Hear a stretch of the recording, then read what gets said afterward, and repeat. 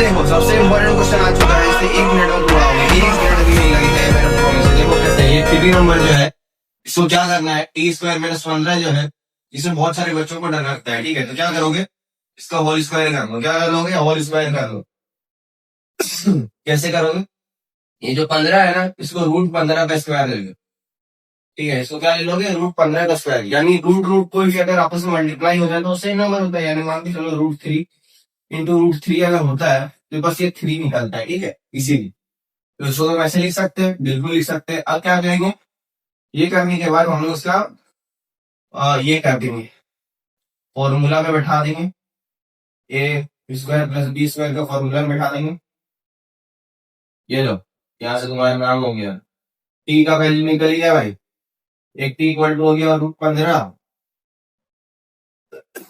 एक T equal हो गया -√15।